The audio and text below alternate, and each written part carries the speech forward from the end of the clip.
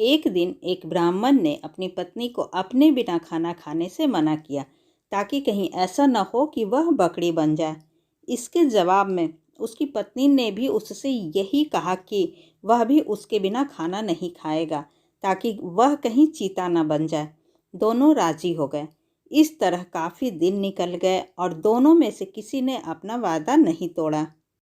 दोनों एक दूसरे के साथ ही खाना खाते थे। पर एक दिन उस ब्राह्मण की पत्नी ने अपने बच्चों को खाना देते समय उस खाने में से चखने के लिए एक और खुद खाकर देख लिया। उस समय क्योंकि उसका पति वहाँ था नहीं, सो उसकी पत्नी तुरंत ही एक बकरी बन गई।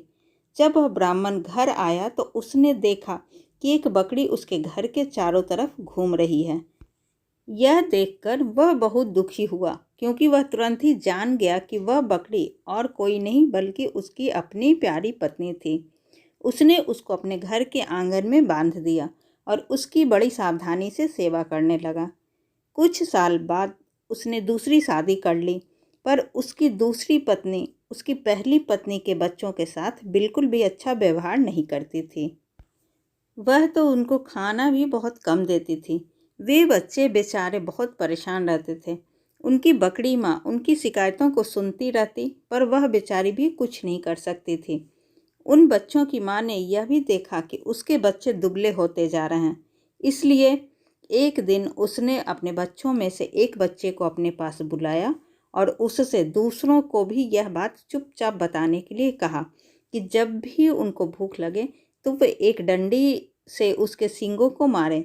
ऐसा करने से उसके सींगों में से कुछ खाना निकल आएगा जिसे वे खा सकते थे। बच्चों ने ऐसा ही किया। अब जब भी उनको भूख लगती तो वे अपनी बकरी माँ के सींगों में डंडी मारते। इससे उनमें से कुछ खाना निकल आता और वे उसको खाकर अपना पेट भर लेते। इससे धीरे धीरे उनकी तंदुरुस्ती अच्छी होने लगी। पर यह तो उस सौतेली माँ की उम्मीदों के खिलाफ हो रहा था।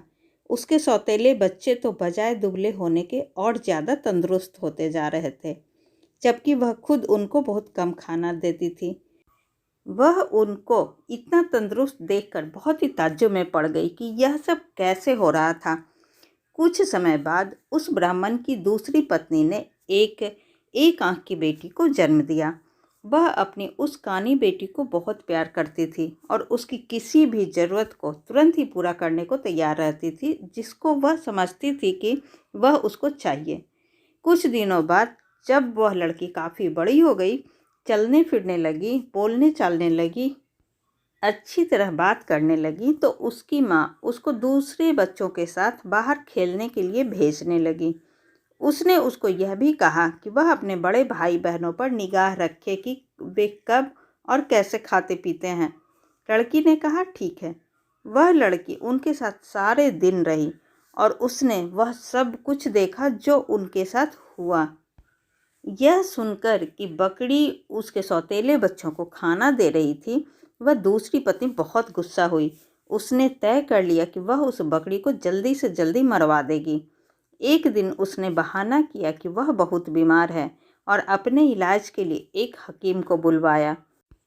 उसने उस हकीम को रिश्वत दी और कहा कि वह उसके लिए दवा के तौर पर बकरी का मांस खाने के लिए बताए। उस हकीम ने ऐसा ही किया। ब्राह्मण अपनी पत्नी की बीमारी के लिए बहुत चिंतित था और हालांकि वह बकरी को बिल्कुल मारना नहीं चाहता था, फिर भी वह अपनी दूसरी पत्नी को ठीक करने के लिए उस बकरी को मारने के लिए तैयार हो गया। पर यह सुनकर उसकी पहली पत्नी के छोटे छोटे बच्चे बहुत रोए। वे बहुत दुखी होकर अपनी बकरी माँ के पास गए और उसको जाकर सब बताया। उनकी माँ ने कहा, मेरे प्यारे बच्चों, रो नहीं। जो ज़िंदगी मैं जी रही हूँ, ऐसी ज़िंदगी से तो मर जाना अच्छा है, रो नहीं। मुझे तुम्हारे खाने को लेकर कोई दुख नहीं है, क्योंकि अगर तुम मेरा कहा करोगे तो खाना तो तुमको उसके बाद भी मिलता रहेगा। मेरे मरने के बाद तुम लोग मेरी हड्डियाँ इकट्ठी कर लेना और उनको किसी ऐसी जगह दबा देना जहाँ उनको कोई ढूंढ न सके। फिर जब भी तुमको भूख लगे तो तुम वहाँ आ जाना, तुमको वहाँ खाना मिल जाएगा। उस बकरी ने उनको यह सलाह बड़े समय से दे दी थी, क्योंकि जैसे ही उसने अपनी बात ख़त्म की और उसके बच्चे वहाँ से गए कि तभी एक कसाई अपना बड़ा सा चाकू लेकर वहां आ पहुंचा और उसने उस बकरी को मार दिया। उस बकरी के शरीर को टुकड़ों में काट कर पका दिया गया। ब्राह्मण की पत्नी ने उस बकरी के मांस को खाया, पर बच्चों को केवल हड्डियां ही मिली। बच्चों ने उन हड्डियों का वही किया जो उनकी बकरी माँ ने उनसे करने के लिए कहा था। उन्होंने उसकी हड्डियां एक ऐसी जगह दबा दी जहां उन्हें कोई ढूंढ नहीं सकता था। जब उनको खाने की ज़रूरत होती तो वे वहां जाते और उन हड्डियों से खाना मांग लेते और उनको खाना मिल जाता।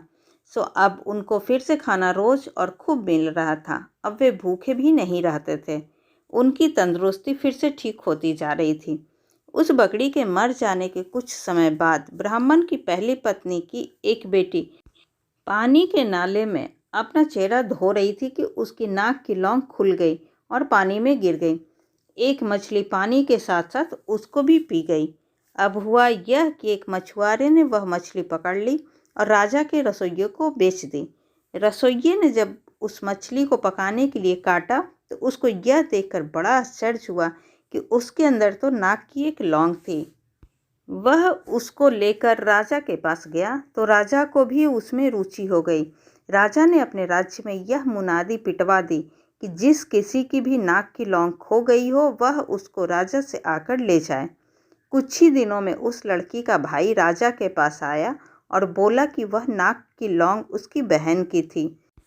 उसकी यह नाक की लौंग उसका चेहरा धोते समय नाले में गिर पड़ी थी। राजा ने उस लड़की को बुलाया तो वह उसकी सुंदरता और अच्छा व्यवहार देखकर इतना प्रभावित हुआ कि उसने उससे शादी कर ली और उसके परिवार की भी खूब सहायता की। ऐसी ही अच्छी और ज्ञानवर्धक कहानी सुनने के लिए प्लीज़ आप मेरे चैनल को सब्सक्राइब ज़रूर करें। तब तक के लिए बाय बाय।